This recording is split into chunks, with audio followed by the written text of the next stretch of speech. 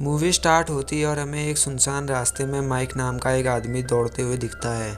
अचानक उसके सामने एक आदमी आ जाता है जो माइक पर गोली चला देता है और माइक का ये सपना यहीं पर टूट जाता है। उसे ये अजीब सपना कई रातों से आ रहा था और जब माइक सोने की कोशिश करता है तब उसकी बेटी सोफ़ी कमरे के कोने पर उसे दिखती है। वो उसी की तरफ देख रही थी। माइक को कुछ भी समझ में नहीं आ रहा था कि उसने जो कुछ भी देखा वो सच था या सपना। और उसी वक्त तो उसे सोफ़ी के चिल्लाने की आवाज़ आती है। जब माइक सोफ़ी के कमरे में जाता है तो सोफ़ी बताती है कि वो बिल्कुल भी हिल नहीं पा रही है और सोफ़ी देखते ही देखते बेहोश हो जाती है। माइक उसे लेकर हॉस्पिटल जाता है। वहाँ वो डॉक्टर थॉमस से मिलता है। डॉक्टर माइक को बताते हैं कि सोफ़ी को एक अजीब बीमारी है। डॉक्टर थॉमस जब सोफ़ी को चेक कर रहे होते हैं तो उन्हें सोफ़ी के पीठ के पीछे निशान बने दिखाई देते हैं। माइक और उसकी वाइफ एमजी को उसके बारे में कुछ भी पता नहीं था। वो नहीं जानते थे कि सोफ़ी के पीठ के पीछे ये निशान कैसे बने।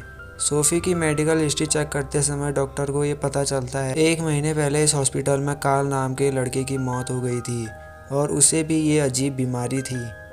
जब ये बात माइक को पता चलती है तो वह कार्ल के मॉम को कॉल करता है और माइक उससे पूछता है कि कार्ल के साथ क्या हुआ था। कार्ल की मॉम कुछ नहीं बताती और फ़ोन काट देती है। माइक को कुछ समझ में नहीं आता और वह अपने ऑफिस चले जाता है और कुछ देर बाद वो कार्ल के घर जाता है। वहाँ जाने पर उसे पता चलता है कि कार्ल के पिता को लगता था कि ये बीमारी उसके नाइटमेयर से रिलेटेड है। कुछ दिनों के बाद कार्ल के पिता की मौत हो गई और 3 दिन के बाद कार्ल की भी मौत हो गई। कार्ल के कमरे में उन्हें कुछ कागज़ मिले जिनमें लिखा था यू कांट सेव हर, पर यह राइटिंग कार्ल की नहीं थी। कार्ल की मॉम कहती है कि ये बीमारी नहीं है बल्कि ये कुछ और है, उन्हें किसी और से मदद लेनी चाहिए। उसी रात माइक को घर लौटने में लेट हो जाता है तो एमजे सोफ़ी को दवाई खिलाकर सुला देती है। उसके बाद जब वो अकेली होती है तब घर में अजीब हादसे होने लगते हैं। उसके सामने एक के बाद एक दरवाजे खुलने लगते हैं। ऐसा लग रहा था कि कोई कमरे के अंदर जा रहा है, पर चेक करने पर कोई नहीं दिखता। एमजे बहुत डर जाती है मगर वो माइक को इस बारे में नहीं बताती है। रात के लगभग 3 बजने पर हमें दिखाया जाता है कि उसके कमरे का दरवाज़ा अपने आप खुल जाता है। माइक को बाहर से कुछ आवाज़ें सुनाई देती हैं। उन्हीं आवाज़ों को चेक करने के लिए वह बाहर जाता है। घर के अंदर लाइट्स नहीं जल रही थी तो वो फ्यूज़ को चेक करने के लिए जाता है। वहाँ उसे ऐसा लगता है कि कोई उसके साथ है। जब माइक का टॉर्च बंद हो जाता है तब वो अपने शोल्डर पर किसी के सांस लेने को फील करता है। माइक के डर से हालत ख़राब हो चुकी थी। फिर उसके बाद वो लाइट्स वापस आ जाती हैं और उस रात इससे ज़्यादा और कुछ नहीं होता। अगली सुबह फिर माइक ऑफिस चले जाता है और घर पर एमजे और सोफ़ी गेम खेलने लगते हैं। इस गेम में एमजे कागज़ पर कुछ लिखती है और सोफ़ी को आंखों पर पट्टी बांधकर बताना होगा कि वो क्या है। पहले तो सब कुछ ठीक रहता है लेकिन जब एमजे फ़ोन पर बात कर रही थी तब हमें दिखाई देता है कि एक अजीब सा हाथ कागज़ पर कुछ लिखने लगता है। सोफ़ी को लगता है कि वो उसकी मॉम है, पर जब एमजे अंदर आती है तो वो देखती है कि कागज़ पर कुछ लिखा था और वो ये था यू कांट सेव हर। अगले दिन जब एमजे घर के अंदर सफाई कर रही थी तब उसे टेबल के नीचे किसी के पैर दिखते हैं। वो दिखने में काफ़ी डरावने थे और ये वही डीमन था जो उन्हें कई रातों से परेशान कर रहा था। डर से एमजे की हालत ख़राब हो जाती है और जब माइक वहाँ आता है तो उसे कोई नहीं दिखता, पर वो डीमन सोफ़ी के कमरे में चला जाता है और सोफ़ी को नुकसान पहुँचाने की कोशिश करता है।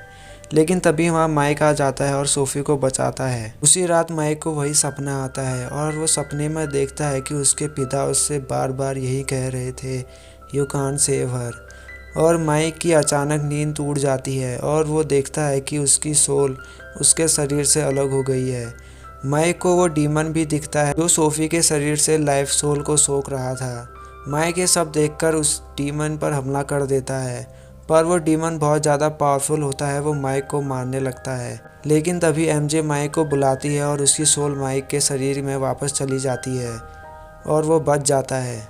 इस हादसे के बाद माइक अगले दिन रोन और उसकी गर्लफ्रेंड होप को अपने घर बुलाता है और उन्हें वो सभी हादसों के बारे में बताता है। होप उन्हें एक किताब दिखाती है जिससे माइक को पता चलता है कि ये एक डीमन है और बहुत ज़्यादा ख़तरनाक भी है। ये डीमन लोगों को तब तक टॉर्चर करता है जब तक कि उनकी जान चली ना जाए।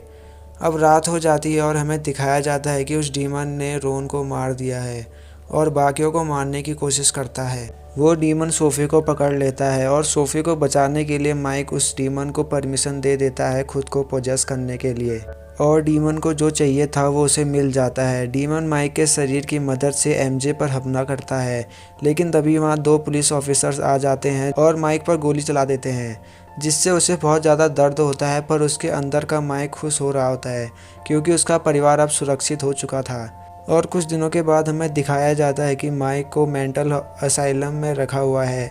लोगों की नज़रों में वो खूनी था, सबको लगता था कि माइक पागल हो गया है। और इसी के साथ ही मूवी यहीं पर ख़त्म हो जाती है।